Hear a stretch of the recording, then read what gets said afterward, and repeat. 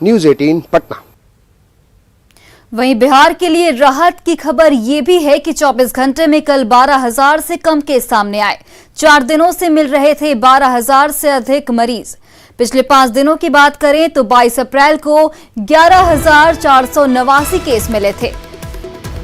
वहीं 23 अप्रैल को 12,672 केस मिले, जबकि 24 अप्रैल को 12,359 पॉजिटिव केस मिले।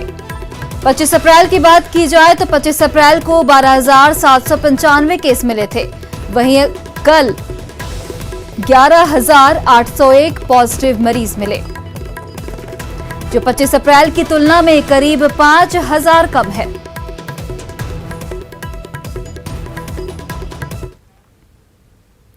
इसके साथ ही झारखंड में भी कोरोना की रफ्तार पर ब्रेक लगा है। कल 5,541 नए केस सामने आए। पिछले 5 दिनों की बात करें तो 22 अप्रैल को 7,595 केस सामने आए, 23 अप्रैल को 5,741 केस सामने आए, 24 अप्रैल को 5,152 केस सामने आए। वहीं 25 अप्रैल की बात की जाए तो 25 अप्रैल को 5,903 कोरोना संक्रमित मरीज मिले। 26 अप्रैल को 5,541 कोरोना संक्रमित मरीज मिले, जो 25 अप्रैल से 400 लगभग कम है।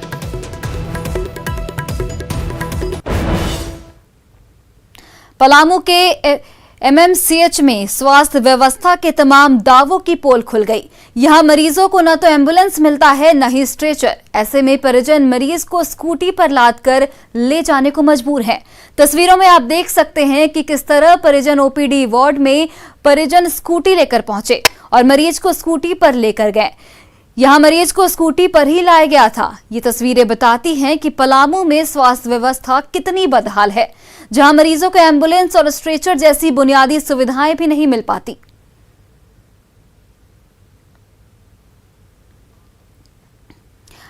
अब देखिए, इस पर कई सवाल भी उठने लगे हैं। सवाल उठता है कि क्या अस्पताल में एम्बुलेंस और स्ट्रेचर नहीं है? अगर सुविधा है तो मरीजों को क्यों नहीं मिलती? अस्पताल की बदहाली के लिए आखिर जिम्मेदार कौन है? बदहाली के लिए जिम्मेदार लोगों पर आखिर कार्रवाई कब तक होगी?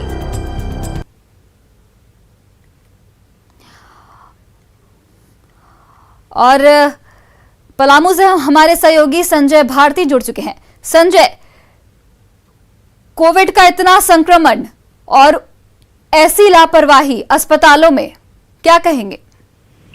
जी, ये कल शाम की घटना है, जब परिजनों ने पहले तो एम्बुलेंस की खोज की, मगर एम्बुलेंस न मिलने के कारण स्कूटी पर ही उन्होंने मरीज को अस्पताल लाया और उसके बाद स्ट्रेचर तक की व्यवस्था अस्पताल में नहीं थी। उसके बाद खुद ही स्कूटी से ही आईसीयू तक मरीज को ले जाया गया, जहां उनका इलाज कराकर वापस स्कूटी से ही उनको घर भी ले जाया गया। ऐसे में सवाल उठता है कि जो एमएमसीएच की व्यवस्था है वो बिल्कुल बदहाल है, क्योंकि स्ट्रेचर तक की व्यवस्था नहीं होना ये बताता है कि आखिर कितना विकास हो पाया है अब तक मेडिकल कॉलेज का।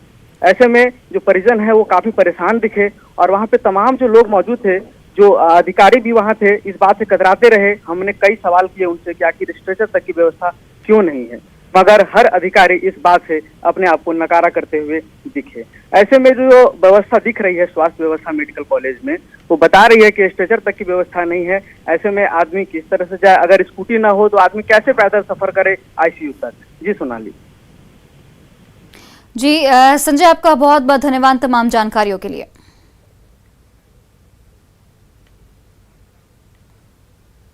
मुजफ्फरपुर से बड़ी खबर सामने आ रही है। चमकी बुखार से 3 बच्चे बीमार पड़ गए हैं।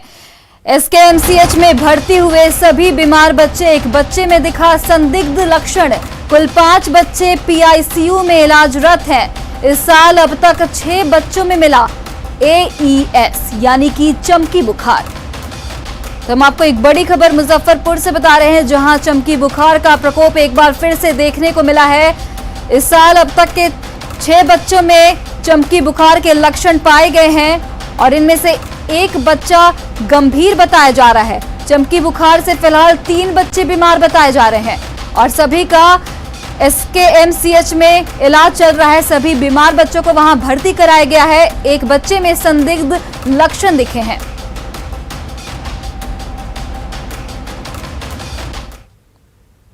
गोपालगंज में ऑक्सीजन की कोई कमी नहीं है। यहां से रोजाना 400 ऑक्सीजन के सिलेंडर गोपालगंज के अलावा दूसरे जिलों में भी सप्लाई हो रहे हैं। हथुआ एसडीएम ने कल रात मीरगंज के छाप मठिया गांव स्थित ऑक्सीजन प्लांट का औचक निरीक्षण किया और ऑक्सीजन की उपलब्धता की जानकारी ली। एसडीएम ने बताया कि ऑक्सीजन की कोई कमी नहीं है और यहां से गोपालगंज के अलावा सिवान, छपरा और बेतिया के साथ कई जिलों में ऑक्सीजन की सप्लाई की जा रही है। यहाँ पर रेगुलर विजिट कर रहे हैं क्योंकि गैस के काफ़ी ज़्यादा अफवाहें हैं फील्ड में। लोगों के द्वारा, कुछ लोगों के द्वारा फील्ड में पैनिक किया जा रहा है कि गैस की कमी है, लेकिन हमारे सरकारी संस्थान जितने हैं और वैसे प्राथमिक संस्थान भी और वैसे प्राइवेट संस्थान भी जो हम कोविड का इलाज कर रहे हैं या अर्जेंसी केसेस हैं, वैसे लोगों के यहाँ किसी भी तरह की गैस की कमी नहीं होने दी जा रही है, न कमी है। लेकिन कुछ लोग ऐसे हैं जो घर में सिलेंडर को स्टोर करना चाहते हैं, गलत सर्टिफिकेट लेके आ जाते हैं, वैसे लोगों के द्वारा अफवाह फैलाया जाता है। यहाँ मेन जो कमी हो रही है वो सिलेंडर की है। जो लोगों ने एप्रीहेंशन में डर से कि हम बीमार हो जाएं, उसके डर से वो लोग सिलेंडर उठा लिया है और घर पे ब्लॉक कर रखा है।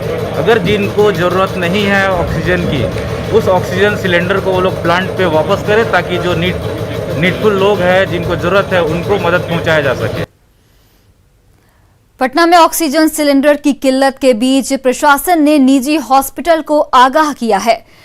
पटना के सिविल सर्जन ने कहा है कि जिन हॉस्पिटल में पहले से निर्धारित बेड पर मरीजों का इलाज किया जा सकता है, वहां हॉस्पिटल अपने हिसाब से बेडों की संख्या नहीं बढ़ाए।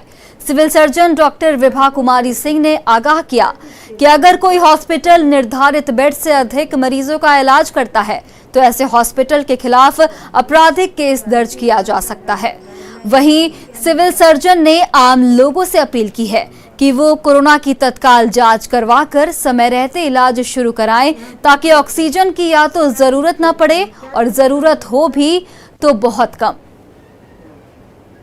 सभी प्राइवेट हॉस्पिटलों से जो निजी अस्पताल में अपना कोरोना पेशेंट रख रहे हैं, उनसे मैं ये कहना चाहूँगी कि उनको जितना पेशेंट रखने के लिए कहा गया है उसी अनुरूप ही ना उनको ऑक्सीजन मिलेगा, क्योंकि जो हमारा लिस्ट बना हुआ उसमें यही दिया गया है।